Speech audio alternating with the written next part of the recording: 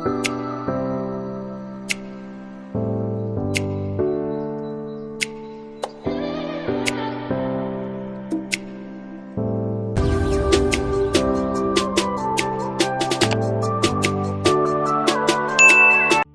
Already post ಮಾಡಿರೋ work ಬ್ಲೌಸ್ಗೆ ಹೇಗೆ ಡಿಸೈನ್ನ print ಮಾಡಿದೆ ಅಂತ ಹೇಳ್ಬಿಟ್ಟು ತೋರಿಸ್ತೀನಿ ಈ ವಿಡಿಯೋದಲ್ಲಿ.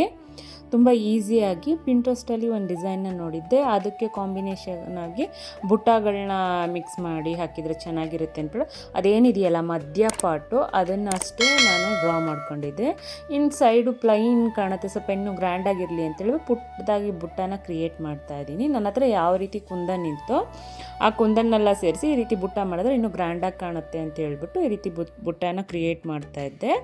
ಸ್ಯಾರಿ ಸ್ವಲ್ಪ ಸಿಂಪಲ್ ಆಗಿರೋದ್ರಿಂದ ಬ್ಲೌಸ್ ಗ್ರ್ಯಾಂಡಾಗಿರಲಿ ಅಂತ ಹೇಳ್ಬಿಟ್ಟು ಈ ರೀತಿ ಡಿಸೈನ್ ಮಾಡೋಣ ಅಂತ ಹೇಳ್ಬಿಟ್ಟು ಈ ರೀತಿ ಡ್ರಾ ಮಾಡ್ಕೊಂಡಿದ್ದೀನಿ.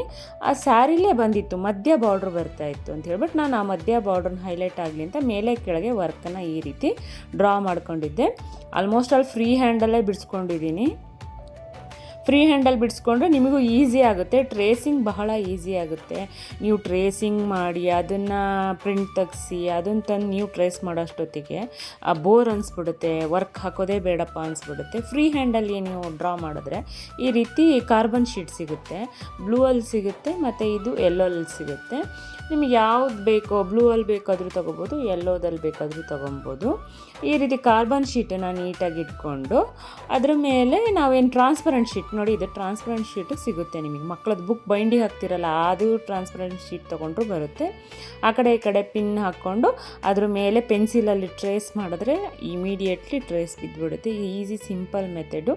ಈ ಟ್ರೇಸಿಂಗ್ ಪೇಪರ್ನ ಮತ್ತು ನಾವು ವರ್ಕ್ ಬರೆದಿರೋ ಪ್ರತಿಯೊಂದು ಪೇಪರ್ನ ಎತ್ತಿಟ್ಕೊಂಡು ನೆಕ್ಸ್ಟಕ್ಕೂ ವರ್ಕ್ ಮಾಡೋಕ್ಕೆ ಯೂಸ್ ಮಾಡ್ಬೋದು. ಒಂದು ಪೆನ್ನನ್ನು ತಗೊಂಡ್ಬಿಟ್ಟು ಈಸಿಯಾಗಿ ಈ ರೀತಿ ಡ್ರಾ ಮಾಡ್ಕೊತ ಹೋಗಿ ನೀಟಾಗಿ ಬೀಳುತ್ತೆ ಅದು ವರ್ಕು ಎಲ್ಲಿಗೆ ಬೇಕು ಅಂತ ಹೇಳ್ಬಿಟ್ಟು ಫಸ್ಟ್ ಹಾಫಿಗೆ ಅರ್ಧ ಮಾಡ್ಕೊತಿದ್ದೀನಿ, ಆಮೇಲೆ ಹಾಫ್ಗೆ ಕೆಳಗಡೆ ಕೂಡ ಅದೇ ರೀತಿಯೇ ಮಾಡ್ಕೊತೀನಿ.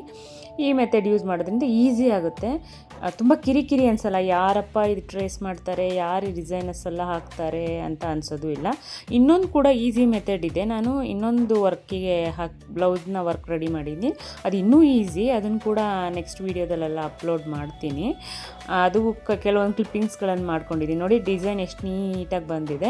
ನನ್ನ ಹತ್ರ ರೌಂಡ್ ಫ್ರೇಮ್ ಇತ್ತು ಇದು ಸ್ಲೀವ್ಸ್ ಹಾಕ್ಬೇಕಾದ್ರೆ, ನಾನು ಬಾಕ್ಸ್ ಫ್ರೇಮ್ ಕೂಡ ಈ ಸತಿ ತೊಗೊಂಡಿದ್ದೀನಿ. ಅದರಲ್ಲಿ ಬ್ಯಾಕ್ ನೆಕ್ಕನ್ನು ಹಾಕಿದ್ದೀನಿ, ಅದ್ರ ವಿಡಿಯೋ ಲಿಂಕ್ನು ಇದರಲ್ಲಿ ಡಿಸ್ಕ್ರಿಪ್ಷನಲ್ಲಿ ಕೊಟ್ಟಿರ್ತೀನಿ, ಚೆಕ್ ಮಾಡಿ. ಆ ಡಿಸೈನ್ ಅದ್ಭುತವಾಗಿ ಬಂತು, ಸಿಂಪಲ್ಲಾಗಿ ಈಸಿಯಾಗಿ ಮನೇಲೇ ಆರಾಮಾಗಿ ಹಾಕೊಬೋದು. ಎಷ್ಟು ಹೆವಿ ವರ್ಕ್ ಹಾಕಿದ್ದೀನಿ ನಾನು. ಓವರ್ ಆಲ್ ಬ್ಲೌಸ್ ಸ್ಟಿಚ್ ಆದಮೇಲೆ ನಿಮಗೆ ಹೇಗೆ ಕಾಣಿಸ್ತಾ ಇದೆ ಅನ್ನೋದು ಕೂಡ ನಾನು ವಿಡಿಯೋ ಹಾಕ್ತೀನಿ. ಇಷ್ಟ ಆದರೆ ಲೈಕ್ ಮಾಡಿ, ಇದ್ರದ್ದು ಪೂರ್ತಿ ವಿಡಿಯೋನ ಚೆಕ್ ಮಾಡಿ, ಚಾನಲಲ್ಲಿದೆ. Thank you for watching. Follow for more videos.